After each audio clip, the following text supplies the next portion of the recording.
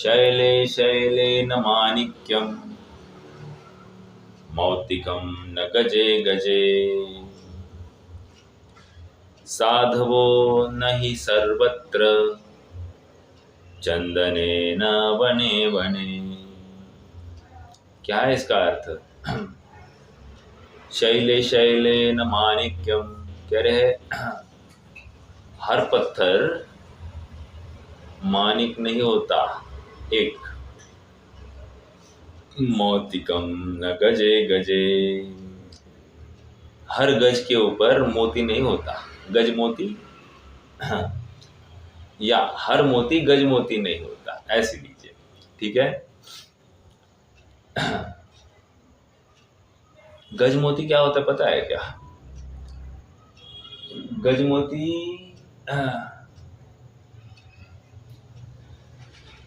वो नर और मादा ऐसे दो मोती होते हैं। यदि आप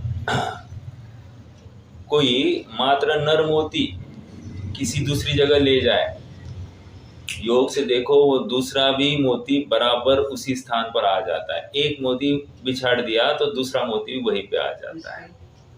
जादू ऐसे ही होता है। मुझे कहना क्या है,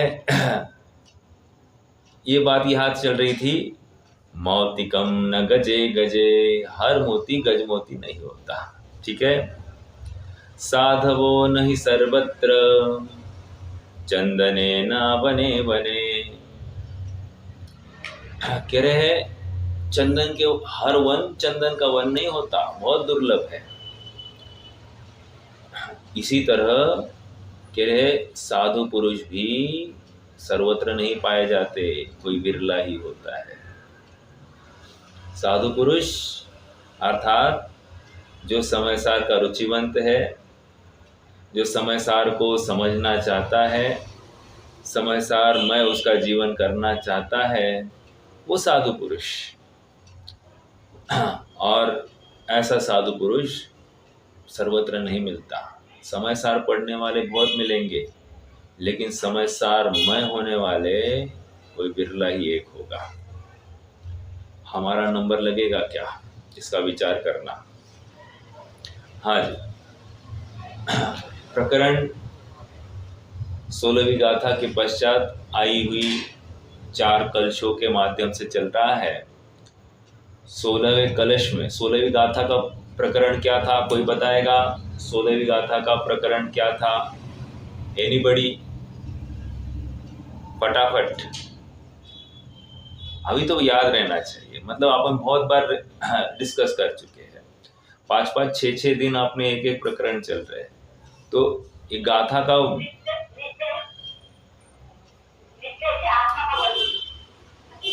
ऐसा नहीं, वो तो हर गाथा में निश्चय आया, हर गाथा में व्यवहार आया, वैसा नहीं चाहिए। देखो कह रहे कि आप आत्मा को दर्शन ज्ञान चारित्र ऐसे भिन्न रूप से ध्याओ, या आत्मा को एक पने ध्याओ, आत्मा को साध्य साधक भाव से ध्याओ। मतलब क्या? साध्य साधक भाव से ध्याओ अर्थात ये जो दर्शन ज्ञान चारित्र है, ये पर्याय, ये साधक, और मोक्ष मार्ग या मोक्ष ये साध्य, या आत्मा साध्य, ऐसे अपन ने अनेक तर्क करके देखे थे। समझाना क्या है, साध्य साधक भाव से मेरे कार्य की सिद्धि होती है, ठीक है।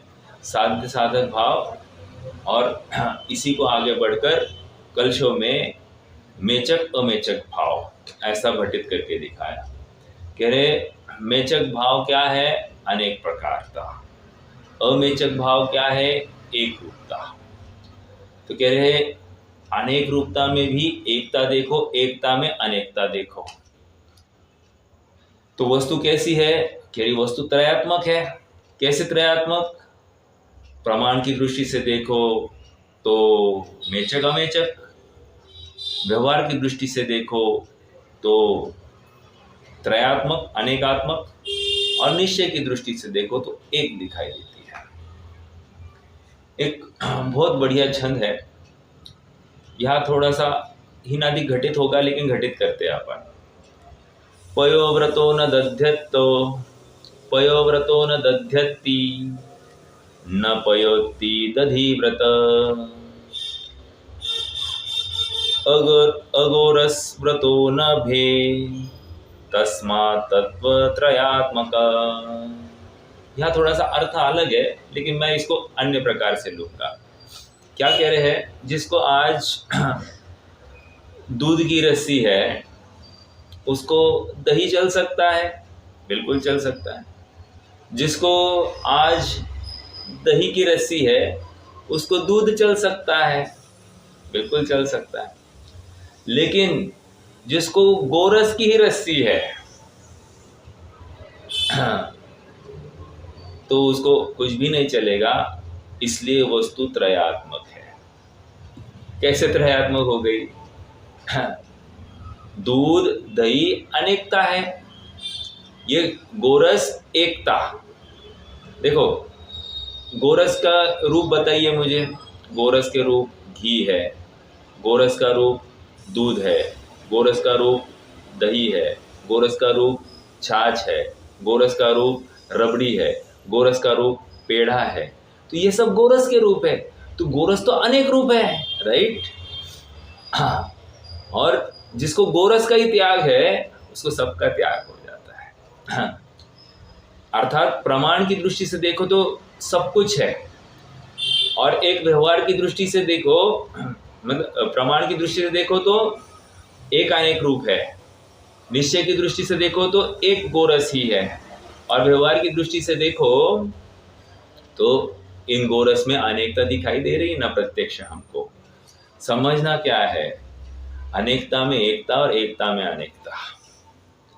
हम भारत की पहचान कैसे करते हैं? अनेकता में एकता कहते हैं। और हम भारत एक ही है, ऐसा भी है। और हम कहते हैं हम महाराष्ट्र है, हम राजस्थान है, हम यूपी है, ऐसा भी करते हैं कि नहीं? करते हैं। जब हम विदेश में जाएंगे हम कहेंगे हम भारतवासी हैं, और जब हम भारत में हैं तो हम कहेंगे हम अमुक राज्य के वासी है। ऐसा होता ही होता है, ये व्यवहार चलता है। दोनों पक्ष हमारे ज्ञान में है। ऐसा नहीं है कि हम एक पक्ष को भूल गए और एक पक्ष को मुख्य किया है, मतलब एक पक्ष को ही एक पक्ष रूप ही माना है, ऐसा नहीं है। दोनों पक्ष बराबरी के हैसियत से हमको मान, भले हम महाराष्ट्र में रहते हैं, हम मानते हैं हम भारतवासी है। समझ में आ रहा है क्या? तो ये दोनों बातें हैं। तो हम रहते कहाँ हैं? हाँ, हम भारत अभारत है। मतलब भारत अभारत मतलब अभारत कहकर किसी विशिष्ट राज्य के, और भारत कहकर वो विशिष्ट राज्य भी भारत का ही एक अंश है। ठीक है, ये प्रमाण दृष्टि हो गई। और निश्चय दृष्टि, हम विशिष्ट एक महाराष्ट्र के ही है, ये निश्चय दृष्टि हो गई। और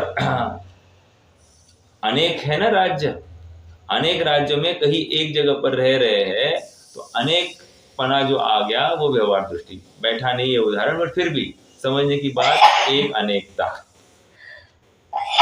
क्या समझाना है? मेचक अमेचक स्वभाव।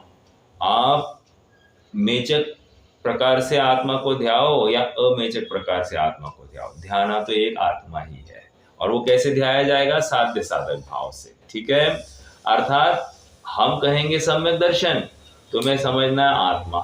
हम कहेंगे सम्यक ज्ञान, तुम्हें समझना है आत्मा। हम कहेंगे सम्यक चारित्र, तुम्हें समझना है आत्मा, और कुछ नहीं। समझ में आ रहा है क्या? क्योंकि आत्मा उसके किन्हीं चिन्हों के माध्यम से तो पकड़ा जाएगा। चिन्ह ही खबर नहीं है तो आत्मा पकड़ में नहीं आएगा।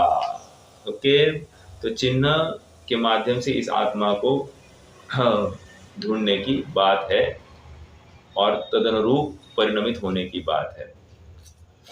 हाँ, 18वां कलश बाकी था, राइट? 18वां कलश एक बार पढ़ लेते हैं और फिर आगे बढ़ते हैं।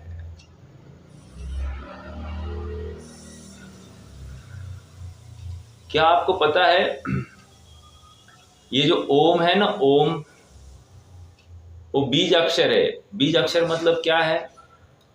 सभी अक्षरों की उत्पत्ति इसी में से हुई है। एक, सभी मंत्र इस ओम के ही माध्यम से ओम रूप ही परिणमित होते हैं। दो, इसको बीज अक्षर कहते हैं। और तीसरा, इस ओम में स्याद्वाद है, अनेकता है, सब कुछ है। या इस ओम, ये एक ओम है और देखो तो पांच है। कैसे पांच है? अशरीरी, अरहंत, आ, आचार्य प्लस आ, उपाध्याय, आ प्लस उ, ओ, ठीक है। और म मतलब मुनि। तो कह रहे हैं ये पांचों का समूह ओम। आप देखो ओम बनता है तो ओम एक है या पांच है? कथनचित एक है, कथनचित अनेक है। समझ में आ रहा है? और प्रमाण से देखो तो एक अनेकात्मक है। एक बात ये हो गई। दूसरा, ये ओम जो है ना, वो जो उसमें जो तीन जैसा आंकड़ा है ना, वो व्यवहार का परिचायक है, वो अनेकता का परिचायक है। ठीक है। और जो बिंदु है, बिंदु, वो बिंदु है निश्चय का परिचायक। और जो रफार चलती है ना, रफार, जिसके ऊपर बिंदु होता है, मतलब एक तीन और एक ऐसा डंडी निकालते हैं, मतलब एक कर्वी लाइन निकालते हैं। वो कर्वी होती है जो जोड़ रही है, अर्थात प्रमाण, निश्चय और व्यवहार को जोड़ने वाली वो लाइन, ठीक है, वो प्रमाण। और इसका फल ऊपर वो जो अर्धचंद्र है, वो सिद्ध अवस्था। समझ में आया? सिद्ध अर्थात ये ओम में हमने सिद्ध अवस्था भी देख ली। और एक बात जाते जाते बता दूं, ओम मतलब ऊर्ध्व, अधो और मध्य। ओम, समझ में आया? अर्थात तीन लोक का परिचय सो ओम, तीन लोक में सारभूत ओम। ओम अर्थात मेरा आत्मा, या ये पंच परमेष्टि, और पंच परमेष्टि का प्रतिपाद्य वो आत्मा। समझ में आ रहा है? इन शॉर्ट, हमको आत्मा के अलावा अन्य कोई भी प्रयोजन साधने योग्य नहीं दिखता। आचार्य को तो नहीं दिखता और हमको भी नहीं दिखना चाहिए। क्यों?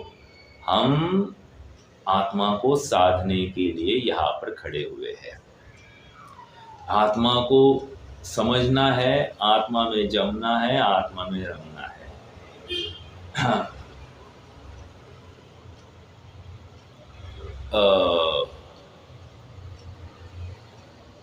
श्रीमद तो एक जगह पर कहते हैं कि और नहीं मन रोग। और नहीं रोग मतलब क्या? आत्मा के अलावा मुझे और मेरे मन में और कोई रोग नहीं है। अर्थात मुझे दिन रात आत्मा की ही लगन लगी रहती है। निश्चय, निष्कर्ष इतना ही है कि एक साधक जीव को, एक मुमुक्षु को, मुमुक्षु मतलब जो मोक्ष का इच्छुक है, मुमुक्षु। हम मुमुक्षु है और वे प्रतिपक्षी, ऐसा नहीं। हर जो व्यक्ति, हर जो जीव जो मोक्ष का इच्छुक है, सो मुमुक्षु। समझ में आया? ऐसी कोई कैटेगरी या बिरादरी मतलब मुमुक्षु नहीं होती है। वो शब्द के माध्यम से हमको इतना, देखो लोगों ने इसको भी बिरादरी में या कैटेगरी में डिवाइड करने का प्रयास किया है, लेकिन ऐसी बात नहीं है। फैक्ट तो ये है कि मुमुक्षु मतलब जो मोक्ष का इच्छुक है, बस खत्म। है मोक्ष की कामना तो जीवन रूप को जानिए। आगे क्या? तो मोक्ष का इच्छुक हो तो तुम जीवन रूप को जानोगे। आगे आने वाली गाथा यही है। तो ये एक बात मैंने थोड़ी सी ओम की बताई, अर्थात प्रमाण की दृष्टि उतनी महत्वपूर्ण है, व्यवहार की दृष्टि उसको समझने के लिए उतनी महत्वपूर्ण है, और निश्चय की दृष्टि अर्थात जो सारभूत है उस प्रमाण के विषय में उसको ग्रहण करने की अपेक्षा रखती है। तो किसको ध्याए? कह रहे प्रमाण से व्यवहार से प्रमाणात्मक वस्तु ध्याए और प्रमाणात्मक वस्तु का में से उस निश्चय का निर्णय करे और उसी में जम जाए रम जाए, और फिर निश्चय के बाद में पुनश्च प्रमाण के वस्तु का निर्णय करना। अर्थात निश्चय प्रमाण व्यवहार, व्यवहार प्रमाण निश्चय, ये सब चलते रहता है। समझ में आ रहा है? कब तक? जब तक आत्मा में स्थित नहीं होता है तब तक। ठीक है।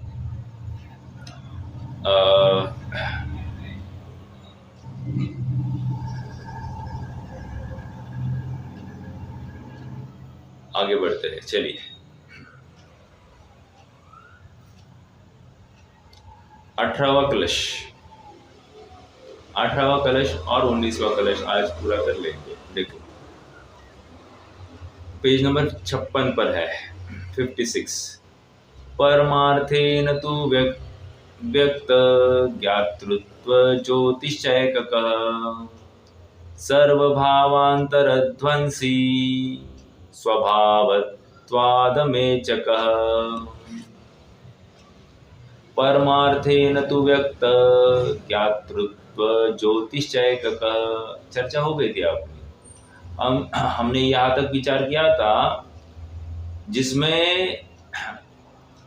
एक घड़ा है, घड़े में से एक बूंद बाहर निकली और वो बूंद दूध की थी। तो हमने निर्णय क्या किया? वो घड़ा पूरा दूध से भरा है, बराबर। हमने एक घड़े में से शहद की बूंद निकली, तो हमने क्या निर्णय किया? पूरा घड़ा शहद से भरा है। उसी प्रकार कह रहे ये ज्ञान जिसमें भरा है वह आत्म वस्तु ज्ञान से प्रकाशित है, ज्ञान ज्योति से युक्त है। समझ में आया? तो क्या कह रहे हैं? 18वां है ना? हाँ देखो श्लोकार। शुद्ध निश्चय से देखा जाए तो कैसे देखना है? शुद्ध निश्चय न एक दृष्टि है, व्यवहार न एक दृष्टि है, शुद्ध न एक दृष्टि है, परमार्थ प्रमाण से भी देखना ये भी एक दृष्टि है। समझ में आया? दृष्टिकोण बदलेंगे वस्तु भी अलग अलग दिखाई देगी, एक ही वस्तु अन्य प्रकार से दिखाई देगी। समझ में आ रहा है? देखो दिन भर हम कौन से दृष्टिकोण से देखते हैं इसके बारे में बारंबार फोकस भी कर रहा हूँ इसी बात को, क्योंकि मैं जानता हूँ कि गृहस्थ अवस्था में कहो, अपने दिन भर के क्रियाकलापों में कहो, हम इसी बात को भूल जाते हैं कि मैं कौन हूँ और मेरा प्रयोजन क्या है, मेरा गंतव्य क्या है, मुझे क्या होना है, क्या प्राप्त करना है, यही भूल जाते हैं। जैसे ही हम व्यवहार के कार्यों में उलझ जाते हैं, हम पूर्णतया व्यवहारी हो जाते हैं, भूल जाते हैं कि मैं आत्मा भी हूँ। समझ में आ रहा है क्या? आत्म स्वभाव को भी हम भूल जाते हैं, और इसलिए बारंबार हमको स्मृति रहे, इसलिए जिनवाणी के अवलंबन की बात होती है। परमार्थेन व्यक्त, अर्थात परमार्थ से शुद्ध निश्चय से देखा जाए तो व्यक्त मतलब प्रगट रूप से ये ज्ञायकत्व ज्योति मात्र है, अर्थात एक ज्ञायक भाव है ना, वो निरंतर प्रकाशित हो रहा है, ज्योति रूप बना रहता है। एककः मतलब कह रहे आत्मा एक स्वरूप है। एक स्वरूप है मतलब अभी उदाहरण दिया ना, गोरस है, मैंने कहा ये दही है, कोई कहे ये गोरस है, कौन सही है? मैंने कहा ये दूध है, कोई कहे ये गोरस है, कौन सही है कौन गलत है? मैंने कहा ये घी है, उसने कहा ये गोरस है। मैंने कहा ये पनीर है, उसने कहा ये गोरस है। कौन सही है कौन गलत? अरे देखने की दृष्टि कौन है। समझ में आया? यदि मैं उसकी व्यवहार दृष्टि से देख रहा हूं तो मुझे वो पनीर दिख ही रहा है, लेकिन कोई उसकी एक अपेक्षा, अर्थात जिसका परिणमन है उस गोरस का ही परिणमन है, इतना ही देख रहा है, उसको और कुछ नहीं दिखेगा। समझ में आ रहा है क्या? तो कोई उसको गोरस देखे, कोई उसको अनेक रूप परिणमित हुआ देखे, तो बात कुछ नहीं है, वो तो देखने का नजरिया है, दृष्टिकोण है। आत्मा अब यहाँ पर क्या कह रहे, एक स्वरूप है, अर्थात अब हमको मात्र गोरस दिखाई दे रहा है, हमको और कुछ नहीं दिखाई दे रहा है। सर्वभावांत, इसका मतलब क्या है मालूम है? गोरस दिखाई दिया तो तीनों कालों में हमको एक रूप, एक कॉमन कुछ तो दिखाई देना चाहिए। क्या? हाँ, उसमें वो जो लैक्टिक एसिड है वो हमको कायम दिखाई देना चाहिए, भले ही हाँ कोई कम पोषक होगा, कोई ज़्यादा पोषक होगा, कुछ भी होने दो, किसी में B12 कम ज़्यादा हो गया होगा, लेकिन सब में कॉमन वो गोरसपना अर्थात दूध का परिणमन हमको दिखाई देना चाहिए। हाँ, समझ में आ रहा है क्या? तो एक कॉमन वो गोरस हमको दिखाई दे तो बस हो गया हमारा काम। क्या कह रहे हैं यहाँ पर? आत्मा एक स्वरूप है। अब देखो महत्वपूर्ण बात, सर्वभावांतर ध्वंसी, एक शब्द आया था पहले कलश में, किसी को याद है?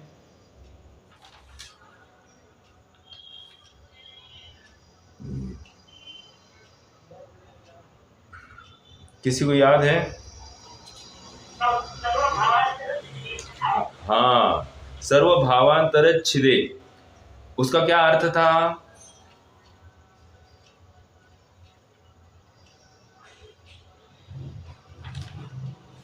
बता सकता है कोई?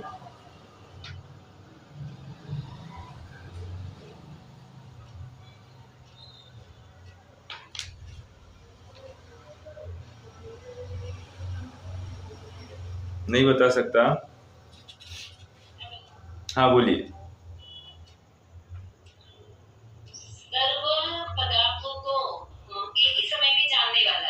जानने वाला है, राइट। अब यहाँ पर पढ़िए, अब यहाँ पर सर्वभावांतर ध्वंसी कह रहे हैं, क्योंकि शुद्ध द्रव्यार्थिक नय से सर्व अन्य द्रव्यों के स्वभाव तथा अन्य के निमित्त से होने वाले विभावों को दूर करने वाला है। वो क्या कह रहे हैं? सर्व पदार्थों को भिन्न जानने वाला है। और यहाँ कह रहे हैं सर्व अन्य पदार्थों से और उन संबंधी विकारी भावों से अपने आप को भिन्न करने वाला है। भिन्न जानना और भिन्न करना, क्या फर्क है यहाँ पर? दोनों शब्दों में कुछ अंतर्भाषित हो रहा है क्या?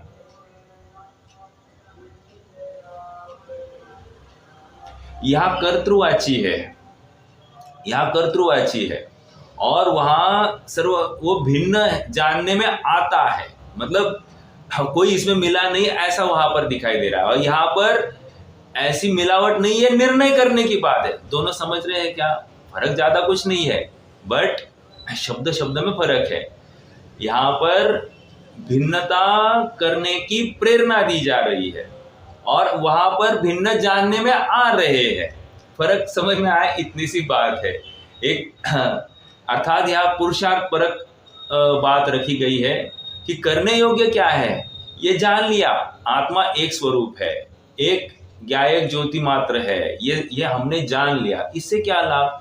वो सर्वभावांतर ध्वंसी है। सर्वभावांतर ध्वंसी मतलब सभी अन्य द्रव्यों को भिन्न करता है, अर्थात ये मैं नहीं हूं ये निर्णय करता है। और उनको लेकर जो संयोगी भाव हुए हैं मुझ में, विकारी परिणाम हुए, टॉक्सिक इमोशंस हुए, ये भी परद्रव्य के खाते में डाल देता है, ये मैं नहीं करता, ऐसा निर्णय हो जाता है। समझ में आया?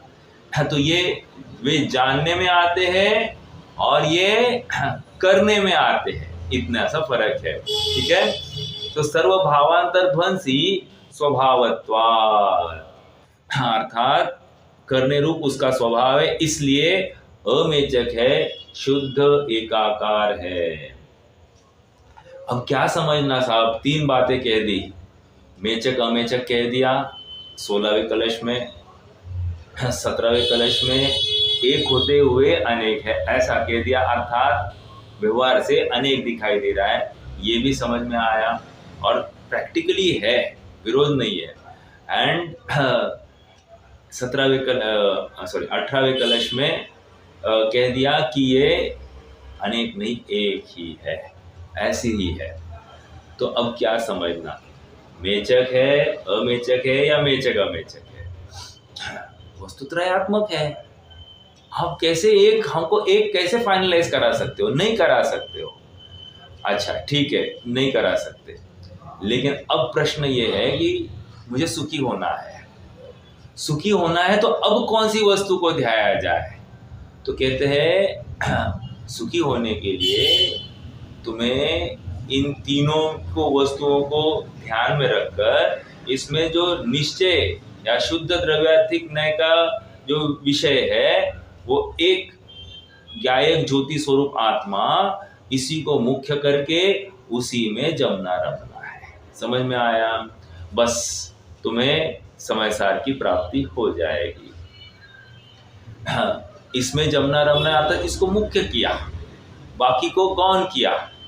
गौण किया है, उनका निराकरण नहीं किया, ये याद रखना। गौण करने में उनकी उपेक्षा थोड़ी है, मात्र उनको अभी दृष्टि में नहीं लिया है, इतनी सी बात है। ठीक है, क्लास में 50 बच्चे हैं, एक लड़के को कहा वेरी गुड, तो बाकी का क्या? बाकी को गौण किया है, अभी वर्तमान में इसकी मुख्यता से कथन किया गया है। और थोड़ा सा, आज मान लीजिए 2 अक्टूबर है, तो किसकी गुणगान गाए जाएंगे? नेहरू जी के गाए जाएंगे या वल्लभ भाई पटेल के गाए जाएंगे? किसके? गांधी जी के गाए जाएंगे। क्यों? मुख्यता है। बाकी फिर क्या है? बाकी ने कुछ किया नहीं, अरे बाकी गौण है, आज मुख्य गांधी जी, लाल बहादुर शास्त्री, ले लीजिए, कोई प्रॉब्लम नहीं। हाँ, और जिस दिन 14 नवंबर होगा तो नेहरू जी के गाएंगे। समझ में आ रहा है क्या? ये विचारणीय है। समझाना इतना ही है कि मुख्य गौण की व्यवस्था है हमारे लौकिक परिवेश में भी चलती है। देखो, मान लीजिए हमको 3 काम करने हैं, राइट? हम जब एक काम करते तब बाकी के 2 करने हैं, लेकिन वो करते हैं क्या? नहीं करते। क्यों नहीं करते? वे अभी गौण है, करने नहीं है क्या? करने हैं, लेकिन अब एक कर रहे हैं। समझ में आया? इतनी सी बात है। मुख्य गौण की व्यवस्था अपनी लौकिक चर्याओं में भी चलती है। निष्कर्ष, मुख्य गौण के बिना हमारे कार्य की सिद्धि नहीं होगी।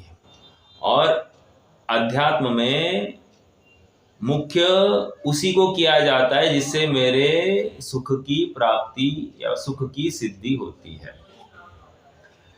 इसलिए समय सार आगम, प्रवचन सार आदि, चलो मैं ऐसे बताता हूँ, प्रवचन सार आदि वस्तुनिष्ठ सत्य ग्रंथ है। क्या कहा? वस्तुनिष्ठ सत्य ग्रंथ है। और समय सार प्रयोजन निष्ठ सत्य ग्रंथ है। प्रयोजन, अच्छा, समय सार के माध्यम से हमारे प्रयोजन की सिद्धि होती है, इसलिए वो सत्य है। लेकिन कब? जब हमने वस्तु का स्वरूप समझा है तब। जिसको वस्तु का स्वरूप ही समझ में नहीं आया, उसको समय सार का कथन कितना भी बढ़िया समझ में आ रहा है, उसको कोई लाभ नहीं होगा। समझ में आ रहा है क्या? विचारणीय बिंदु है कि हमको प्रमाणात्मक विषय को या फिर व्यवहारात्मक विषय को छोड़ना किधर है, उनको गौण करना है, बस इतनी सी बात है। दृष्टिकोण हमारा मात्र शुद्ध वस्तु का है। निष्कर्ष, कोई हमको पूछे वस्तु कैसी है, कह रहे एक नित्य, कूटस्थ, त्रिकाल, अपरिणामी, ऐसा बोल दिया, क्या प्रॉब्लम है? कोई प्रॉब्लम नहीं। हम कह रहे ये निश्चय दृष्टि का कथन है। ठीक है। किसी ने कह दिया वस्तु कैसी है, अनेकाकार, अनित्य, परिणामी, ये सब है, तो संयुक्त है, विशेष है, क्या प्रॉब्लम है? व्यवहार दृष्टि का कथन है। समझ में आ रहा है क्या? किसी ने मुझे पूछा तुम कौन हो, तो मैंने श्रीपाल ये उत्तर दिया, तो ये कौन से नए से कथन किया?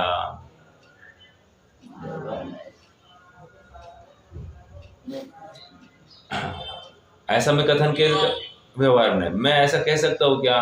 वैसे इस देह को श्रीपाल कहते हैं, लेकिन मैं तो आत्मा हूँ, ऐसा परिचय देंगे क्या? बोलेंगे पागल है, सठिया गया है। देखो, कहने में व्यवहार का ही अवलंबन होता है, लेकिन मानने में उस समय में ही जब मैं व्यवहार कह रहा हूँ श्रीपाल, उसी समय में मैं अपने आप को आत्मा देखता हूँ, आत्मा मानता हूँ। ये होना ही चाहिए। समझ में आ रहा है? हम क्या करते हैं?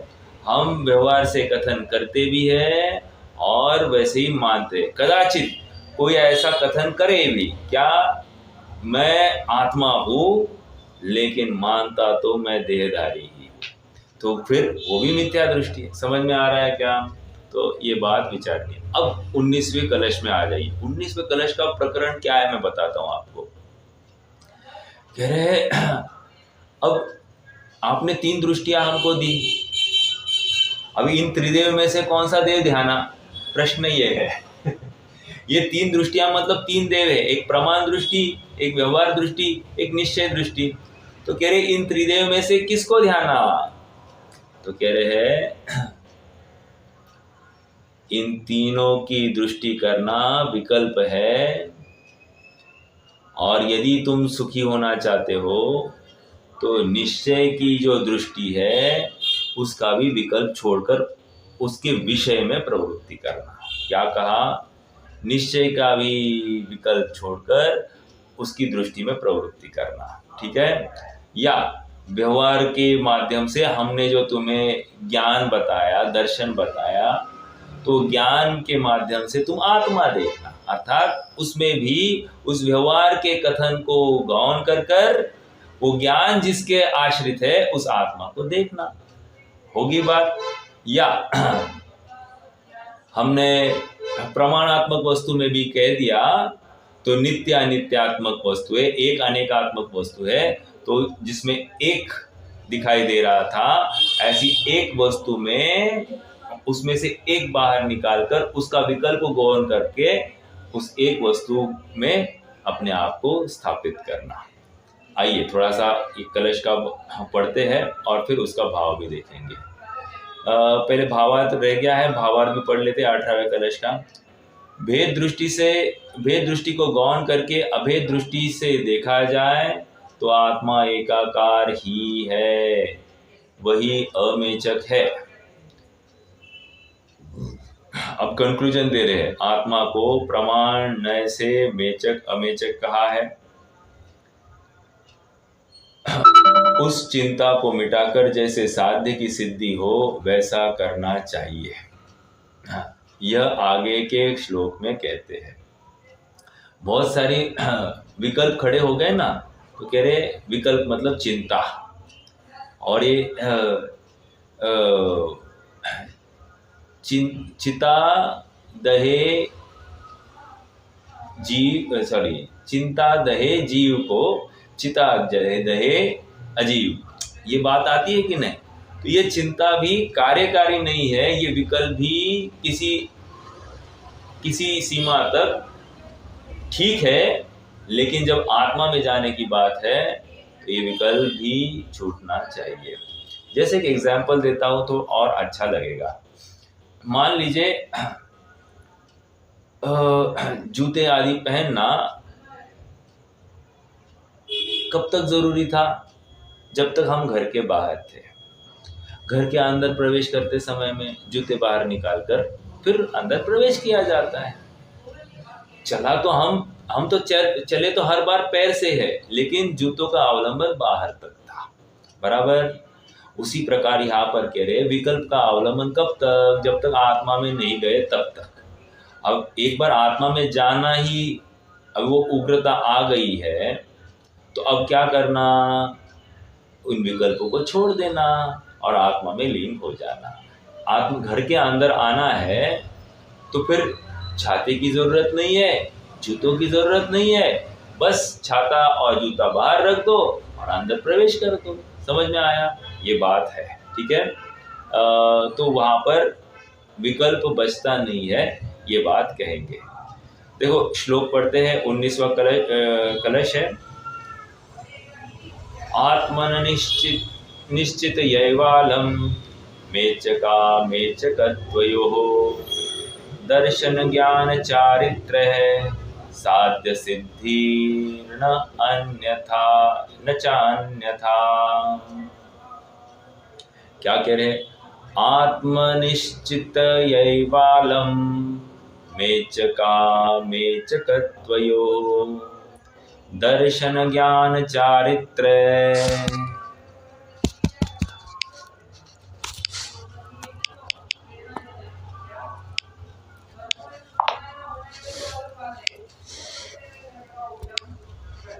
आया तो प्रयोजन के विषय में प्रवृत्ति करो। समझ में आया?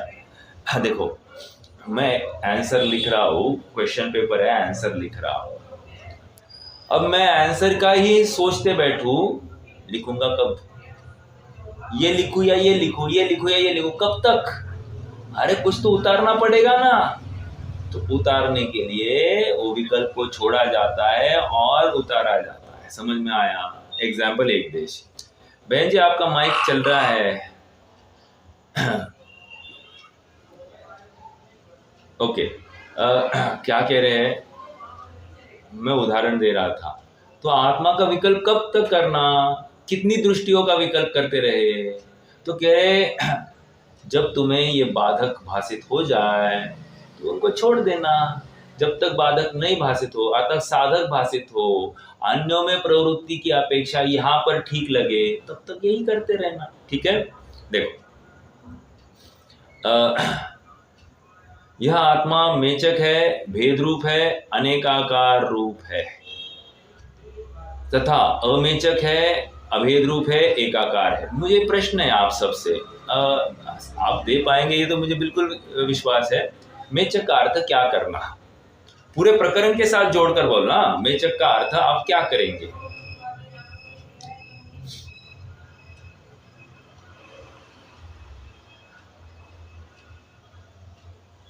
बोलिए। मलिन, इतना ही करना है? और कुछ करेंगे? थोड़ा सा विस्तार।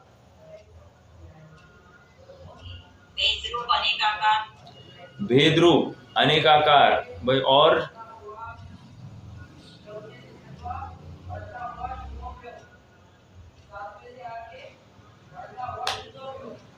भूलना नहीं। देखो, सामान्य मेचक का अर्थ करेंगे अविशेष, मेचक का अर्थ करेंगे सॉरी मेचक का अर्थ करेंगे विशेष, संयुक्त, नियत अनियत, अनेकाकार और बद्ध स्पृष्ट। ऐसे अर्थ मेचक के करेंगे। समझ में आया? इसी मेचक का और अर्थ करने हैं प्रमत्त अप्रमत्त मेचक। समझ में आया? ज्ञान दर्शन चारित्र भेद में आ गया। ठीक है? नौ तत्व मतलब जीव, अजीव, आश्रव, बंध, संवर, निर्जरा, मोक्ष, ये मेचक पना। समझना इस बात को, मतलब ये भी मेचक है, अनेक पना दिखाई दिया। वो आत्मा है ही नहीं। कह रहे फिर अमेचक में हमको तदनुरूप इसके अपोजिट देखते जाना है, वो सब अमेचक है। पकड़ में आ गया क्या? मलिनता इसलिए कह रहे हैं मेचक को क्योंकि मिलावट करनी पड़ रही है, इसलिए ये मलिनता है, अशुद्धता है। और अशुद्धता क्यों है? क्योंकि वो व्यग्रता का कारण है, बदलती है, अनेक रूप दिखाई दे रही है, एक रूप नहीं दिखाई दे रही है, तो इसलिए व्यग्रता है, निर्णय डायरेक्टली नहीं किया जा सकता। इसलिए एक के ऊपर ही दृष्टि आवश्यक होती है और इसीलिए वो निश्चय के विषयभूत आत्मा में ही अपनत्व स्थापित किया जाता है। ठीक है? मेचक, अमेचक। मेचक मतलब अनेकाकार, यहाँ बोल दिया। अनेकाकार का अर्थ सब कुछ जोड़ देना। ठीक है? जैसे घटित कर सकते करना ना, क्या प्रॉब्लम है? बिल्कुल कर सकते हैं। ठीक है? देखो अभी इसके साथ में ना आप थोड़ा सा अभ्यास करोगे ना, 12वीं गाथा को इसके साथ में जोड़ के देखिए। 12वीं गाथा का क्या विषय था? किसी किसी को किसी काल में व्यवहार में प्रयोजनवान है और किसी किसी को किसी काल में निश्चय में प्रयोजनवान है। यही बात कही थी कि नहीं। अब प्रयोजनवान मतलब व्यवहारने का प्रयोजन क्या है? आत्मा के स्वभाव का निर्णय करने के लिए, अनेक प्रकारता दिखाई देने के लिए। समझ में आया? और किसी किसी को किसी काल में निश्चय का प्रयोजनवान है कहकर क्या कहना चाहते हैं? ये होते हुए ये व्यग्रता है, इसके प्रतिपक्ष जो है उसमें एक पना दिखाई देता है। ये मुझे व्यग्रता कम करता है, इसका अवलंबन करने योग्य, इस विषय का अवलंबन करने योग्य। और आगे चलकर ये भी एक विकल्प है, और ये विकल्प भी आत्मा नहीं है, और आत्मा में जाने के लिए इस विकल्प को उतारना पड़ेगा या विकल्प से उतरना पड़ेगा और आत्मा में स्थापित होना पड़ेगा। समझ में आया? हाँ। एकाकार चिंतया एव अलम, ऐसी चिंता से बस हो। नहीं ये अच्छा ये बुरा, अरे छोड़ो, बस हो जाओ। अभी कितने दिन, कब तक? हाँ। साध्य सिद्धि, साध्य आत्मा की सिद्धि। लो क्या कह रहे हैं? साध्य कौन किया है? आत्मा। उसकी सिद्धि कैसे कह रहे हैं? दर्शन, ज्ञान और चारित्र, इन तीनों से ही होती है। न च अन्यथा, अन्य प्रकार से नहीं। अन्य प्रकार से नहीं मतलब, अन्य प्रकार से नहीं मतलब बाकी फिर देवशास्त्र गुरु से नहीं होगी, बाकी फिर शास्त्र पढ़ने से नहीं होगी, बाकी फिर इनका विकल्प करते रहने से नहीं होगी।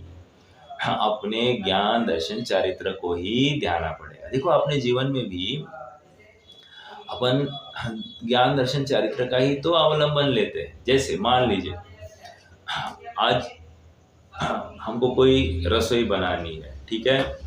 रसोई बनानी है तो उसके बारे में सोचेंगे ये पॉसिबल है कि नहीं है। हाँ, मान लीजिए एक वस्तु बनानी है, उसकी साधन सामग्री है कि नहीं है, सब देखा जाएगा। सब है और ये हो सकती है, ये विश्वास हुआ तो श्रद्धान हो गई। अर्थात एक बात हो गई जानने की, उसके बाद में श्रद्धा की बात हो गई, और ये हो सकती है, ये विश्वास होने के बाद में ही तो प्रवृत्ति हो गई, अर्थात आचरण की बात हो गई। समझ में आ गया? ऐसे ही चलता है। अन्य प्रकार से नहीं, ज्ञान दर्शन चारित्र कितना जरूरी है। अब देखिए ये ज्ञान विपरीत हो गया, श्रद्धा भी विपरीत हो जाएगा और चारित्र भी विपरीत दिशा में दौड़ेगा। होगा कि नहीं होगा? बिल्कुल ऐसे ही होगा। कोई भी कार्य करने के पहले उसको जानना आवश्यक है। जानने के बाद में ये मैं कर सकता हूँ, ये हो सकता है, ये विश्वास आवश्यक। और विश्वास होने पर भी तदनुरूप प्रवृत्ति नहीं हुई तो कार्य नहीं होगा। तो वो प्रवृत्ति अर्थात आचरण भी उतना ही आवश्यक। समझ में आया? तो ये तीनों की वजह से ही तो कार्य का होना नहीं होना लोक में भी घटित होता है। तो मोक्ष मार्ग में क्यों नहीं घटित होगा? मोक्ष मार्ग में भी घटित होता है। समझ में आया? तो कह रहे साध्य की सिद्धि, साध्य कौन? मेरा आत्मा, और उसकी सिद्धि अर्थात साधक कौन? कह रहे ये ज्ञान दर्शन और चारित्र। प्रश्न है आप सबसे, ज्ञान दर्शन चारित्र यहाँ पर गुण भेद लेना या पर्याय भेद लेना?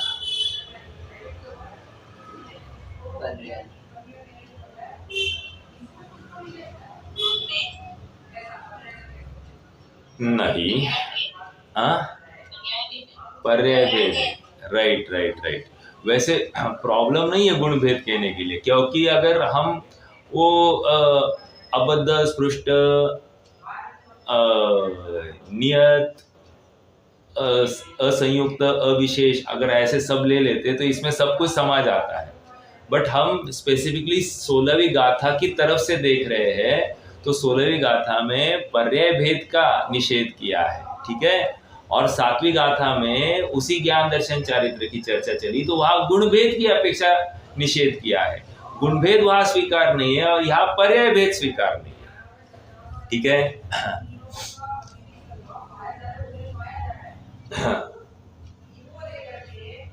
मेरा एक प्रश्न है आप सबसे। 6वीं गाथा क्या है? णवि होदी अपमत्तो णपमत्तो जानको दुजो भाव एवं बनती शुद्धो। हाँ, तो वो गाथा और ये 16वीं गाथा, इसमें क्या फर्क है जी?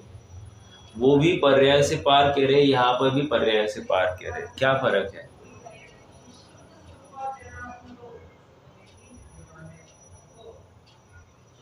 अब थोड़ा सा मैंने ट्विस्ट दे दिया है। बोलिए, कोई बता सकता है? सातवीं में गुण से गुण के तरफ बताया गया, 16वीं में हमें फल दिखाया गया। वो हो गया बहन जी। अब मैं अगले प्रश्न पूछ रहा हूँ, मैं अभी 6वीं गाथा का पूछ रहा हूँ। 6वीं गाथा और 16वीं गाथा में क्या फर्क है? हाँ,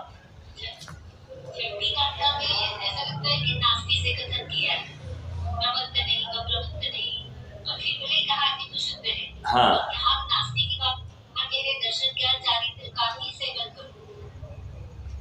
हाँ, बट टीका में क्या आया?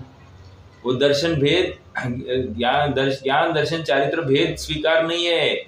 हमने दर्शन कहा तो तुझे आत्मा दिखाई देना चाहिए, और वहां पर भी प्रमत्त नहीं अप्रमत्त नहीं कहकर, वो प्रमत्त नहीं अप्रमत्त नहीं मतलब उसी प्रमत्त और अप्रमत्त अवस्था में वो ज्ञायक भाव देखना है। तो और यहाँ पर भी ज्ञान दर्शन चारित्र में वो ज्ञायक भाव ही देखने की बात कर रहे हैं, समझ में आया? बट यहाँ निर्मल पर्याय में हमको ज्ञायक भाव दिखा रहे हैं, वहां प्रमत्त अवस्था कहो अप्रमत्त अवस्था कहो, दोनों में हमको ज्ञायक भाव देखने की प्रेरणा दे रहे हैं। इतना फर्क है। देखा जाए तो दोनों पर्याय की ही बातें कर रहे हैं और दोनों में ज्ञायक भाव ही देखने की बात है। अर्थात वहां पर भी साध्य की ही सिद्धि की जा रही है, और साध्य है ज्ञायक भाव, और आश्रय जिसका लिया जाने वाला है सचमुच देखोगे तो आपको प्रमत्ता अवस्था या अप्रमत्ता अवस्था ही तो आश्रय लेने योग्य है, और उसी में अपना ज्ञायक भाव देखना है। यहाँ पर भी हम गुणों का परिणमन, वो पर्याय, उस पर्याय को दिखाएंगे, क्योंकि पर्याय तो प्रकट है, और क्या प्रकट है? पर्याय ही तो दिखाई दे रही है, अनुभव में आ रही है। आत्मा दिखाई नहीं देता, गुण भी दिखाई नहीं देता, वो पर्याय ही जानने में आती, उस पर्याय को देखकर हमको पर्यायवान का निर्णय करना है। ठीक है, चलिए यहाँ पर बढ़ते हैं आगे। ऐसी चिंता से बस हो, साध्य आत्मा की सिद्धि तो दर्शन ज्ञान और चारित्र इन तीनों भावों से ही होती है, न अन्यथा अन्य प्रकार से नहीं। यह नियम है, अंडरलाइन दिस, नियम। क्या कह रहे हैं? नियम। नियम मतलब क्या? ये अपन भावार्थ भी पढ़ते, भावार्थ तो बहुत जबरदस्त है, उसमें भी और बात निकलेगी। आत्मा के शुद्ध स्वभाव के की साक्षात प्राप्ति अथवा सर्वथा मोक्ष साध्य है। क्या कह रहे? अब पकड़ना, अपन ने जो चर्चा की थी, साध्य साधक की चर्चा की थी ना, अब आपको पकड़ में आएगा कि कहाँ से लाया था इतने सारे अपेक्षाएं। आत्मा के शुद्ध स्वभाव की एक साक्षात प्राप्ति एक बात हो गई, अथवा सर्वथा मोक्ष दूसरा, ये साध्य है। अब आपको पकड़ में आया क्या? शुद्ध स्वभाव की प्राप्ति कहो या मोक्ष को की प्राप्ति कहो, अर्थात साध्य किसको बताया गया है? एक तो मोक्ष कहकर पर्याय को साध्य बताया गया है, और एक शुद्ध आत्म वस्तु को साध्य बताया गया है। आप पकड़ रहे कि नहीं पकड़ रहे मेरी बात को? किसने पूछा था परसों दिन, मतलब कहा था कि वहां पर अनुशीलन में एक ही बात समझाई है। देखो अब यहाँ पर टीका में क्या है, भावार्थ में यहाँ पर आ गई है, हम ढूंढेंगे तो बराबर मिलेगा। समझ में आया? तो आत्मा के शुद्ध स्वभाव की साक्षात प्राप्ति अथवा सर्वथा मोक्ष, ये साध्य है। ओके, मैंने इस लाइन को थोड़ा सा ब्रेक करके 2 पॉइंट्स में मैं डिवाइड कर रहा हूं। अर्थात मेरे साध्य अब क्या क्या हो गए हैं? एक तो शुद्ध आत्मा, ये भी साध्य है, और एक वो मोक्ष पर्याय, ये भी साध्य है। मेरा प्रश्न है,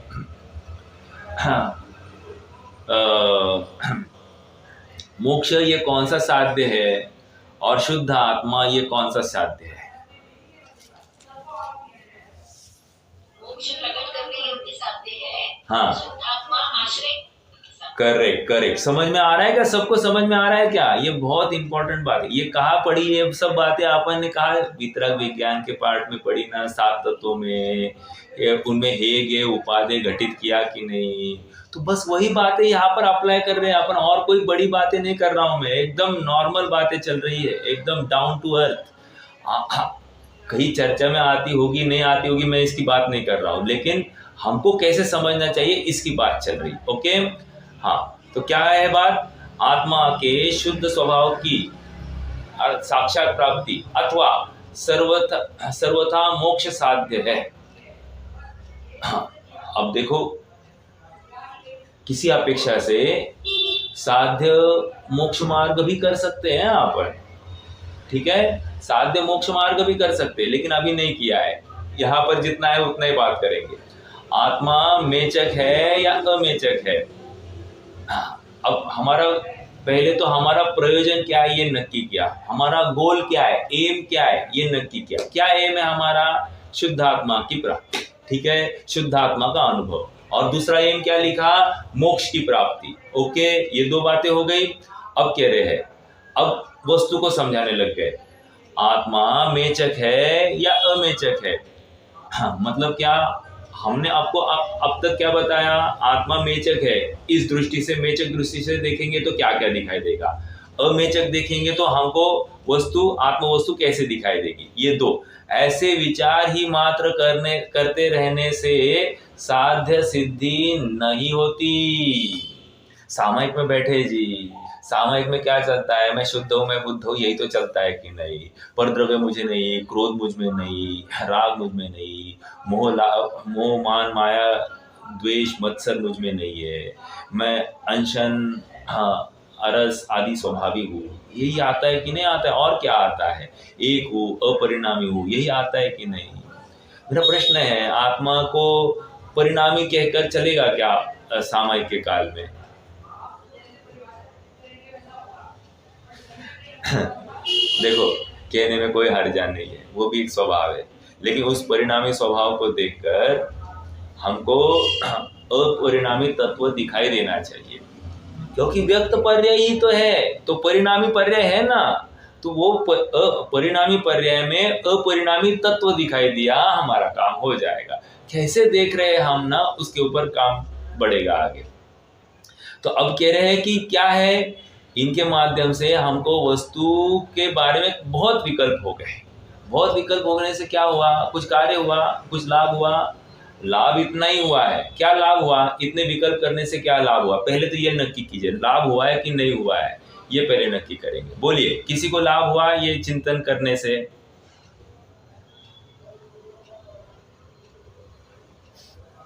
कोई कहे ये वेस्ट ऑफ टाइम है, ऐसा बोल दिया किसी ने आपको, तो आपका क्या रुख रहेगा? किसी को समझाना नहीं है, स्वयं समझना है, या आपको ही स्वयं को लगे यार ये वेस्ट ऑफ टाइम है, ये तो क्या चिंतन करना, डायरेक्ट आत्मा को ध्यान ना, क्या फर्क पड़ता। तो हमारा स्वयं का चिंतन धारा किस प्रकार आगे बढ़ेगी, मुझे तो ये पूछना है।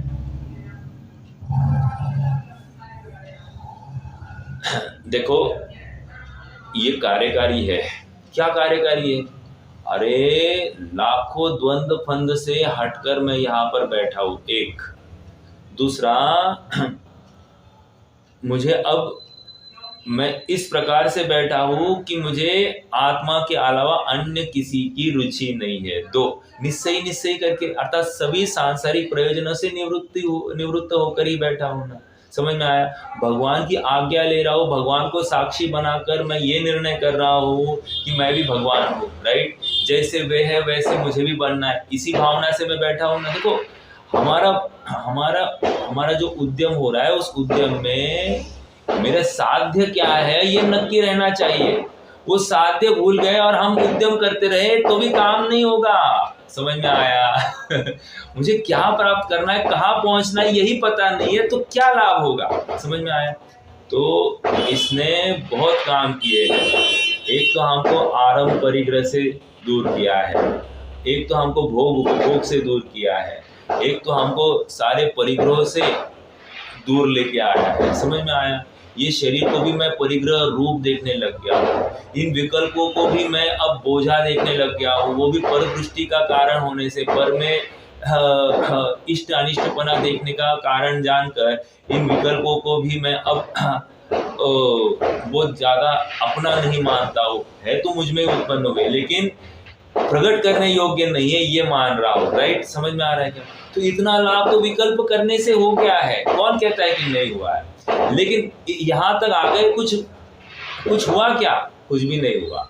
कह रहे अभी भी मिथ्यात्व की गाड़ी, मिथ्यात्व के टीले को बिल्कुल भी धक्का पहुंचा। समझ में आया? अब तक अभी भी गाड़ा मिथ्यात्व वैसे का वैसा सुरक्षित है। फिर ये उद्यम किसके लिए था? इसमें मुझे थकान हो गई। ये उद्यम तुम्हें अंदर जाने का एक स्टेज था, जिसके ऊपर चढ़कर तुम डायरेक्टली आत्मा में जा सकते थे, लेकिन तुम ये इसी स्टेज पर खड़े रहकर तुम संतुष्ट हो गए। तो काम कैसे होगा? काम फिर वैसे नहीं होगा। देखो क्या बात आ रही है? परंतु दर्शन अर्थात शुद्ध स्वभाव का अवलोकन, ज्ञान अर्थात शुद्ध स्वभाव का प्रत्यक्ष जानना, और चारित्र अर्थात शुद्ध स्वभाव में स्थिरता। अब देखो अवलोकन कह रहे हैं यहाँ पर। अवलोकन का अर्थ मतलब क्या है? दर्शन अवलोकन मात्र है। अवलोकन मतलब अर्थ क्या लेंगे? दर्शन का अर्थ, हाँ बोलिए। दर्शन क्या सामान्य अवलोकन, शास्त्रीय अर्थ सामान्य अवलोकन सामान्य प्रतिभासी है, बात ये करना है कि वो विश्वास राइट। विश्वास शब्द की तरफ से नहीं जाना। दर्शन का अर्थ यहाँ पर विश्वास की ही बात है कि यह मैं हूँ और इसमें अपना तो करने योग्य है। समझ में आ रहा है क्या? जो अपना है उसी में अपना तो होता है, जो अपना नहीं है उसमें अपना तो करेंगे तो चोरी हो जाएगी। समझ में आ रहा है क्या? ये अपनी जो वस्तु है नहीं उसमें अपना तो क्यों किया जाएगा? तो दर्शन के माध्यम से ये समझा रहा है कि ये अपना अवलोकन करना अर्थात यही अपनाने योग्य है, इसी में स्वामित्व स्थापित करने योग्य है। ये विश्वास आ गया। ठीक है। ज्ञान ने फिर क्या किया? ज्ञान अर्थात शुद्ध स्वभाव का प्रत्यक्ष जानना, और चारित्र अर्थात शुद्ध स्वभाव में स्थिरता से साध्य की सिद्धि होती है। यही मोक्ष मार्ग है, अन्य नहीं। सम्यक दर्शन ज्ञान चारित्राणि मोक्ष मार्ग है। यही मोक्ष मार्ग है, अन्य नहीं। समझ में आ रहा है क्या? अर्थात आत्मा का परिणमन जब हो जाता है, सम्यक प्रकार से हो गया, तो ज्ञान भी सम्यक, दर्शन भी सम्यक, चारित्र भी सम्यक। आप दर्शन से आत्मा को ध्याओ, ज्ञान से आत्मा को ध्याओ, चारित्र से आत्मा को ध्याओ, आत्मा ही ध्यान में आ रहा है। तो तीनों गुण एक साथ ध्याए जा रहे हैं। कहेंगे एक, होंगे तीनों नहीं अनंतो। समझ में आया? व्यवहारी जन पर्याय में भेद में समझते हैं, इसलिए यहाँ ज्ञान दर्शन चारित्र के भेद से समझाया है। महत्व की बात क्या कही? ये व्यवहारी जनों को समझाया। तुम्हें कंफ्यूजन नहीं करनी थी रोहित भैया, कंफ्यूजन हमको करनी नहीं है कि ज्ञान दर्शन चारित्र से ध्यान कह रहे और एक आत्मा से ध्यान कह रहे, दोनों एक ही बात है, अलग नहीं है। अलग नहीं है का अर्थ इतना ही है, वो ज्ञान किसके आश्रित है? उस आत्मा के आश्रित। वो दर्शन किसके आश्रित? वो आत्मा के आश्रित। और एक बात पूर्व के कलशों में आई थी भावार्थ में कि ये ज्ञान दर्शन चारित्र उस वस्तु का उल्लंघन नहीं करते मतलब क्या? हम दिन भर क्या कहते? मुझे ज्ञान आपने कहा इसलिए मुझे समझ में आया, ज्ञान पर से हुआ ऐसे माना। मैंने देखा आंखों से इसलिए मैं समझ, मैंने अच्छे से पढ़ा तब मुझे समझ में आया। तो ज्ञान पर से हुआ जाना, प्रकाश था इसलिए मैं पढ़ पाया। क्या है? ज्ञान पर से, पर के कारण, पर निमित्त के कारण हुआ ऐसे माना। विश्वास भी ऐसे ही मान रहे हैं। और आचरण भी शरीर के माध्यम से ही तो आचरण मान रहे हैं ना। उपवास आदि, देव दर्शन आदि, पूजन आदि सबके माध्यम से हमने धर्म की कल्पना की, चारित्र की कल्पना की, यही तो अपराध है ना। कह रहे हैं पर के आशय से तुमने धर्म कैसे माना, यहाँ कह रहे ज्ञान दर्शन चारित्र अपने वस्तु का उल्लंघन करते नहीं है, अर्थात बाहर से आते नहीं है। और जब हम कह रहे ज्ञान दर्शन चारित्र तो फिर सुख के ऊपर भी सुख भी अपनी आत्मा का उल्लंघन नहीं करता, सुख भी अपने आत्मा का उल्लंघन नहीं करता, मतलब सुख स्वभाव आत्मा में है, रुपया पैसा धन दौलत स्त्री पुत्र आदि शरीर में नहीं, ये भी नक्की हो जाता है। समझ में आ गया।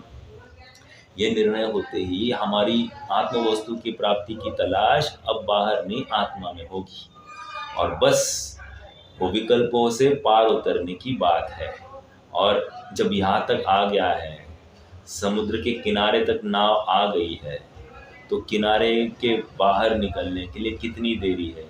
बस वो जोश, वो उत्साह होना ही चाहिए, वो विश्वास कि मैं पार उतरूंगा। समझ में आ रहा है क्या। इस विश्वास के बल पर हमारा कार्य होगा, ऐसी मंगल भावना।